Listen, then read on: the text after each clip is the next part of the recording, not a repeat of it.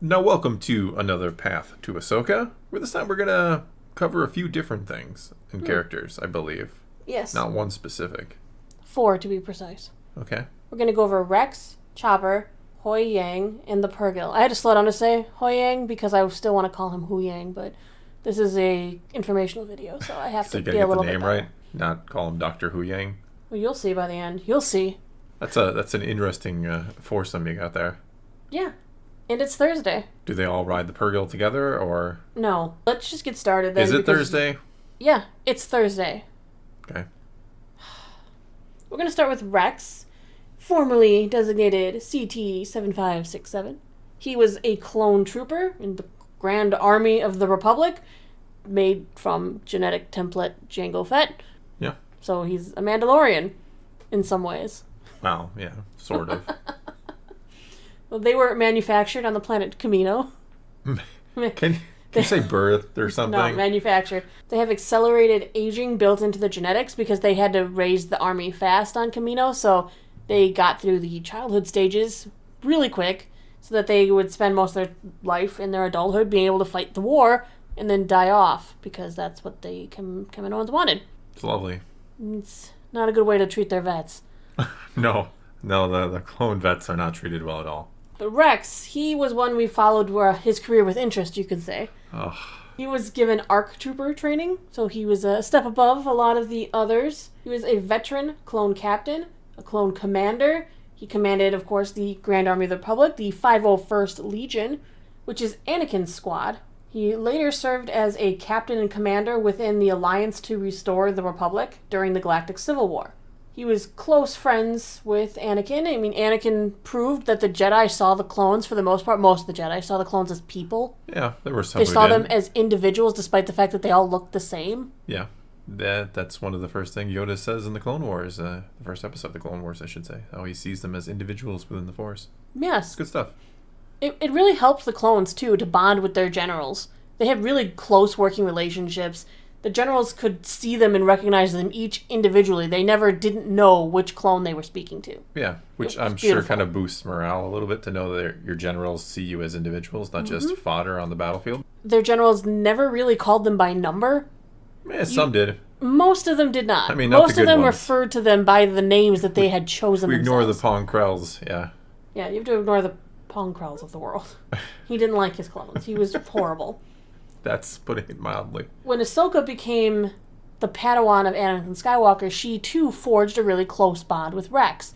He Yeah. was like a secondary teacher to her. Yeah, Anakin was the more Jedi teacher, and Rex was the more, I don't know, Military type? military in a way. I mean, I guess she gets a little bit of that from Anakin, but a different type of teacher. I don't know how Yeah. to put it, but I think people will understand. He was also really close with Commander Cody, which was Obi-Wan's clone general guy, his leader of the clones. They each had their go-to man. It was cute because Cody It was cute. Cody Okay. and Rex's relationship mirrored a lot of Obi-Wan and Anakin's relationship. Sort of, yeah. Yeah, Rex was a little more reckless, a little more gung-ho, and Cody was a little more strategic. I do think There Rex were a lot of reins in similar. Anakin quite a bit. And Cody could not have paired with Anakin. Cody Never. wouldn't have. It wouldn't have worked. Yeah, your point works. It's just I don't think that I think Rex was just kind of like he got influenced by Anakin, but he still kept his own. If that makes sense. But my boy Sexy Rexy, he was the one who kind of helped find out about Clone 5's death, which was what led to the uncovery of the inhibitor chip, Yep. which is what, of course, made the clones go AWOL on Order 66. Ahsoka actually saved him from that fate. When the order was put out, she knocked him unconscious, had the chip removed, and helped him escape. Yeah. So, those two were close. They were really good to each other. Later, he moved to a weird planet to go fishing. It's weird. He hung out there Fishing, with yes. Other fellow clones, Gregor Gregor. and Wolf. He got to reunite with Ahsoka. He joined up with Phoenix Cell during the Star Wars Rebels show. And he was at the Battle of Endor. We know that. Yeah. Whether or not he is Nick Sant is yet to be He's- 100% confirmed, because Filoni says he's not. It's in one of the shorts, too, that mentions that Rex was at the battle. Yeah, it's in the epilogue of Rebels. They mention, or Sabine mentions when she's talking about everybody's fate in a way. that Rex was at the Battle of Endor. Yeah, it's a clone of Mini Hats. And he was a Pathfinder, so he was down there. Whether or not, again, Nick Sant. Yeah. I just make him Nick Sant. He's Nick Sant. Yeah. Sorry, Nick Sant. You're even cooler now because you're Rex. Yeah, exactly. You got like a promotion in a way. Like you're cooler than you were in Maybe Legends. he just wanted an alias so that people didn't think he was a clone. Who knows? Yeah, why not run with that? Maybe he just had his own kind of story. I don't know why, because the rebellion wouldn't hate the clones, but he came up with his own kind of backstory. Maybe it was just like his code name in case he ever got captured. I'm Nick Sant. He didn't want to reveal himself as like one of the clones. Yeah, I might look like those clones. All right, but we got to keep moving here. Next, we're going to talk about C11OP Chopper. He is the beautiful little orange astromech. Beautiful. He's so great. He's a grumpy little bastard. What do you mean beautiful? He's a cute little astromech. He's not cute. I don't think of Chopper as cute. Who is Hera's bestie. Apparently, he has existed for decades past his expiration date. Despite his age, he doesn't think he's old. Yeah. Wah, wah, wah. During the Clone Wars, he actually served the Republic Navy as the navigational astromech during part of the Ryloth campaign. During one of the battles, his Y-Wing was shot down and he was damaged, and that's when Hera Syndulla found him. And she fixed him. She repaired him, and that's what formed their relationship. Though to this day, Chopper has issues with Y-Wings. He doesn't want to ride in them. Well, he was shot down in one. He's done with Y-Wings. He is he's responsible for maintaining the Ghost. During his time with the Ghost crew, he took part in many raids against Imperial targets, and despite his mischievous, grumpy, maybe a little argumentative personality, he always came through and did what he was supposed to when he needed to. Yeah, he's like a lot of droids. He's clutch, and he's reliable, but he's going to groan about it. Absolutely. He was also present on the Rebel base on Yavin 4. During Rogue One, the movie, you can actually see him. He rolls across the screen, and he's doing his thing. And as they're calling for General Syndulla on the... And he remained by Hera's side during the Galactic Civil War. Touching. He's a good little droid. I love him. I love Chopper. Never known such devotion to a droid before. Ugh, you're done. Let's move on to Huyang. Huyang has an interesting history because we knew he was old. Are we going to go through his whole history? But Timelines actually dates him as being built around 25,020 BBY. I like that they put the 20 on. Don't round that. Get the 20. Get it precise. 2520 BBY. Yeah. He served the Jedi Order for centuries as a lightsaber architect. He was based aboard a Jedi vessel known as the Crucible during the times of the Clone Wars, during the times of the prequel era, teaching young Jedis, including even Yoda and Mace Windu, how to construct their lightsabers. He claims to have seen every saber ever built. Well, seeing as how old he is, he probably has seen a lot of them. Yeah, but not every saber. Come on. No, not every saber. Talk about Because the people who are building them in the dark and by themselves at night, you didn't get to see those. Sure.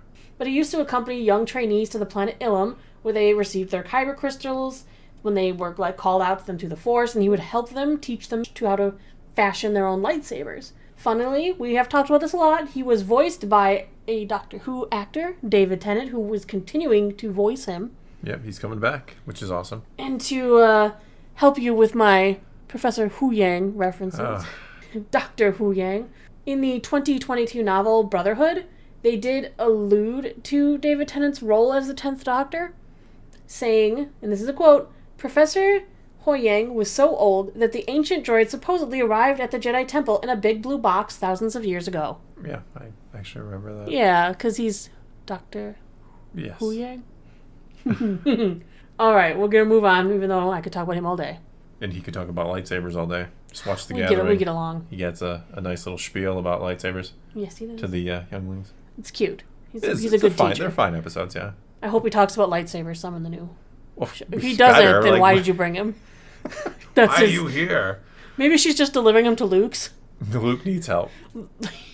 No, you have to deliver him to Luke because he knows all about building lightsabers. And hey, Luke figured it out. He figured it out, but wouldn't it be nice if he had someone who was trained for literally 25,000 years or more? Or more than 25,000 years. 25,000 about how to construct lightsabers and how to find kyber crystals and involved with training younglings. I mean, he is this vast, untapped resource that Luke could be talking to. Yeah. You want to know about the Jedi Order? Well, this guy's been around since it started. Just saying. Moving on to everyone's favorite space whales, the Purrgil. They might not be everybody's space whales. Other space whales exist. Yeah, X-Men. Yeah. Space whales. But these might be my favorite space whales because you don't have to ride inside of them and psychically maybe it's control an option. them. It's weird. Could be an option. All right, well, Purrgil are a semi-sentient species of massive space whales. They travel from star system to star system. Regular Purrgils are about the size of a small starship, but other members of their species, kind of a subspecies you could say, are known as Purrgil Ultra. Purrgil Ultra? Yeah. And they are significantly larger. That's what she said. They can tote off with a Super Star Destroyer, so... A Super Star Destroyer? They could probably have grabbed the whole Death Star and run off with it. I think you're exaggerating. They're pretty size big. Here. They're as big as a Star Destroyer. Yeah, but not a Super Star Destroyer. They're Well, not that big. what, would just take, a couple extra latch onto it and they're taking it? They more than a couple extra. Purrgil do what they want. They take what they want, no regrets. I guess they're hauling off Super Star Destroyers, I mean, according to you. Purrgil have a streamlined, of course, whalish body, smooth-looking bluish-purple skin, 4 large hind tentacles, and multiple fins. In order to breathe, they inhale stores of a green gas known as Coulson 36. Yeah, we found see that in Rebels. Yeah. When they don't have enough of the gas, their skin starts to turn like a gray-brownish color. And then once they drink up the gas, they metabolize it into hypermatter fuel and can move through hyperspace.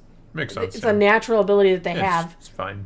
It ended up inspiring the humanoid species to develop hyperdrive technology, and studies of Purrgil brains and carcasses also inspired both the Jedi and the Sith to create wayfinders, which are ancient devices used to navigate challenging stretches of space. Because that's what Purrgil brains do. They're living wayfinders. Well, we also have the Shish Skywalkers, though, too. Where do they fit into the picture? Maybe they brains? were raised by Purrgil. Purrgil have been everywhere, so I wouldn't be surprised if Purrgil have been in their space, too. Well, the Skywalkers are Force sensitive. I don't think the Purrgil are necessarily connected to the Force. They just... Everything is, though, remember? Well, you know what I meant. Yes, obviously. Yeah, touche, but you know what I mean. I don't know that they're actually, Huyang would be proud. Anyway, is that all we got on Purrgil? That's it. That's the whole shebang on 4 interesting things that are going to be most likely in Ahsoka. We don't have a confirmation on Rex, but wink, wink, I think he's there. Probably. He should be. Well, he should be. He should be. All right. Well, that is going to be all we got for this time, so now it's your turn to take to the comments below. On a Thursday. And tell us what you think of these 4 characters. Are you excited to see them in Ahsoka? Whatever the case may be, leave those comments below. Let's talk some Star Wars, and until next time, thanks for watching.